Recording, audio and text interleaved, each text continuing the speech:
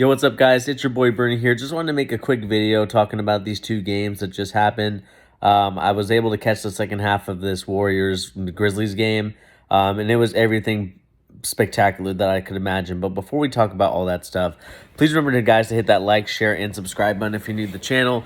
Again, the more likes, the more subscribers, the more people will be watching the channel. But again, I do have to talk about this, man. Like, this is probably the best I've seen in a basketball series in a very long time.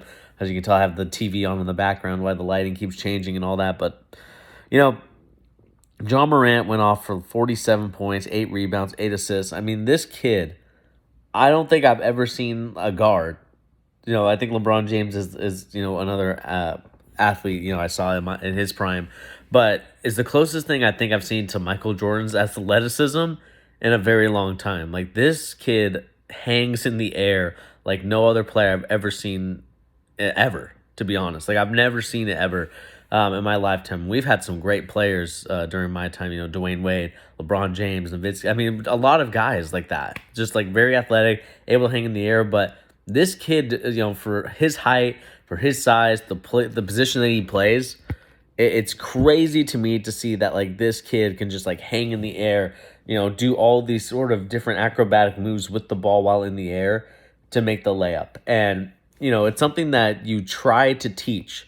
It's something that you try to get through, players that maybe you coach. You try to get it through their head, like, hey, this is how you should play. This is what you should do. But when he is just at a different level when it comes to it. I mean, whether it's the tire jumping that he did as a kid or whatnot, it's really amazing to see, like, how he's progressed from year one to year two. And I know that when we talk about most improved player, we're usually talking about players that are not superstar caliber. We know John Morant's superstar caliber. Like, this kid has clearly shown it time and time again what kind of player he is.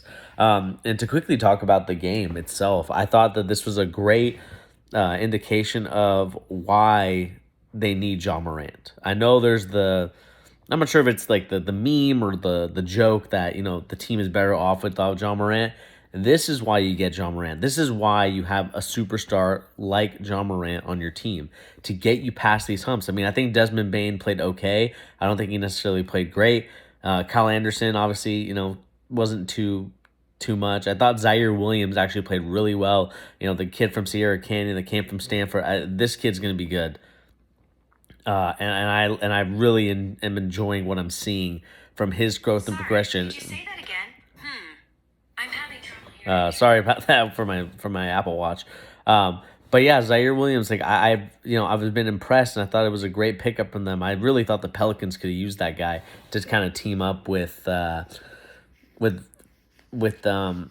Ingram before they got and Zion Williamson. I thought it was a great matchup. I just thought, like, watching this, I really have been impressed with what I've been seeing so far from the Memphis Grizzlies. And it took all that they could in order to get them to get to that point, right? It wasn't something where, like, John Morant had 47 and then it was a blowout game for the Memphis Grizzlies. Like, they had to scratch and claw.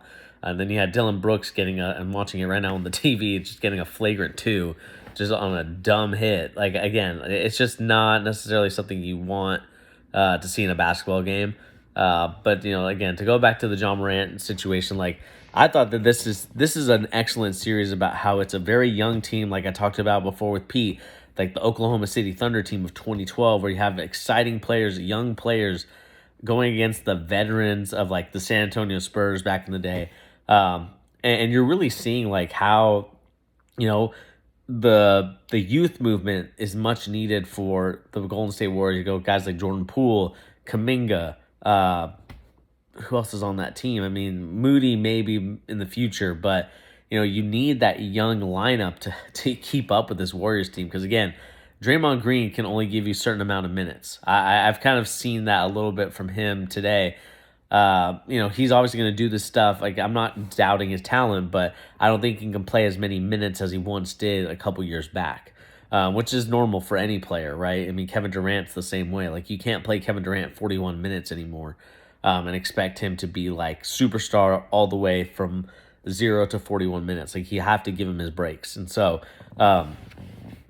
I've been impressed. I've been really impressed with this Memphis Grizzlies team. I think Jenkins at times can tinker a little bit too much, and Sean brought it up in the chat, and I just want to shout him out for this.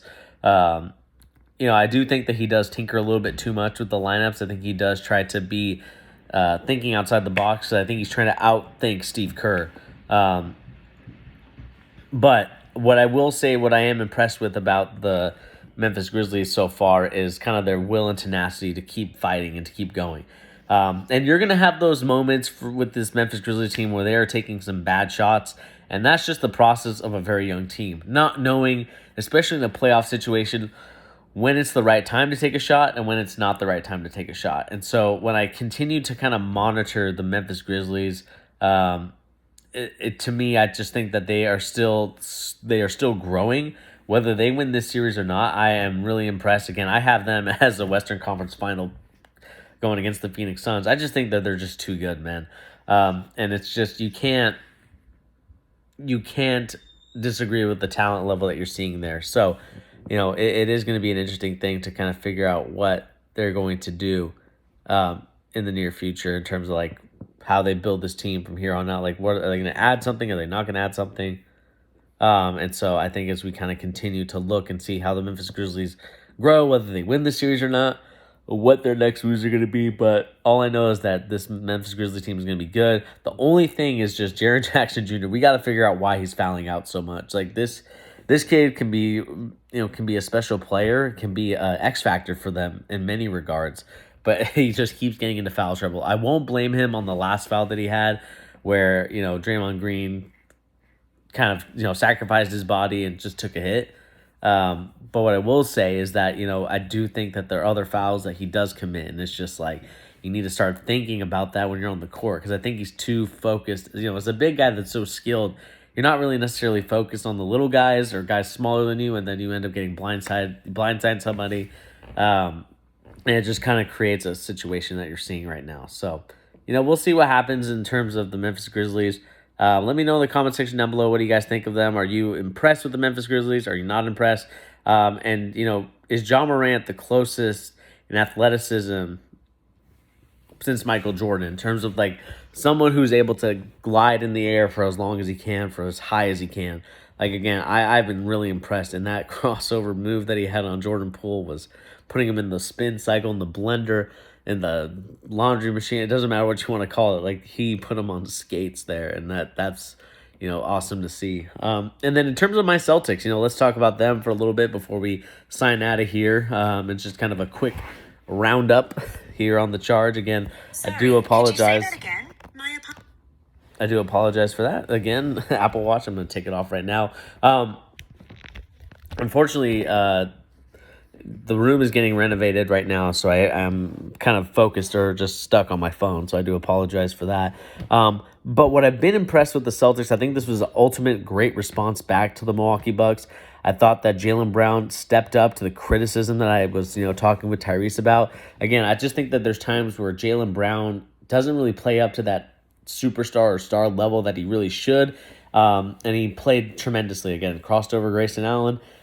I think everyone could agree that we enjoyed that moment very much. But again, at the end of the day, I feel like the Celtics responded very well. It was a situation where I think the Bucks also did not play into their strengths that they usually do, and I thought this was a great counter to what we did a couple of games back. I thought Grant Williams played some huge minutes, giving us some great three-pointers. Again, Jaylen Brown stepping up to the occasion, Jason Tatum stepping up to the occasion. Marcus Smart obviously was out of the game, but I thought, our backup guards and kind of a smaller rotation did pretty well. Derek White, I've been kind of mixed feelings on. I thought it was a great signing at the time, but there's just times in the playoffs where I've been very disappointed in his play style. But like I said, you're just gonna you have to roll with the punches sometimes, and it is what it is when it comes to him. But I also thought that Giannis didn't play very well tonight. I think he probably had the high of game one on his mind, and kind of fell back a little bit. And so I wouldn't say disappointed, but I would say that I've been yeah, I'd probably say I think Giannis should have been playing a lot better in that series. Obviously, Brooke Lopez kind of helping there. I think Drew Holiday, again, Drew Holiday is very hit or miss.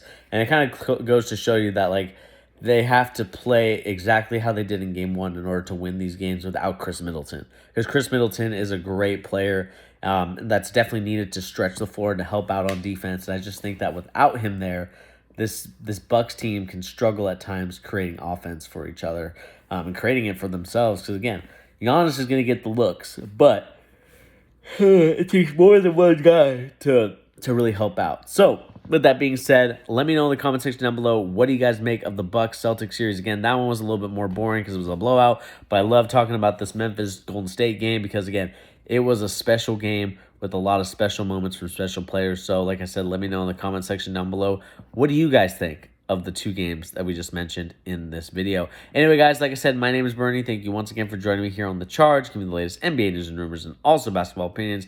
Please remember to hit that like, share, and subscribe button, and we'll catch you on the next episode. Peace out, everybody.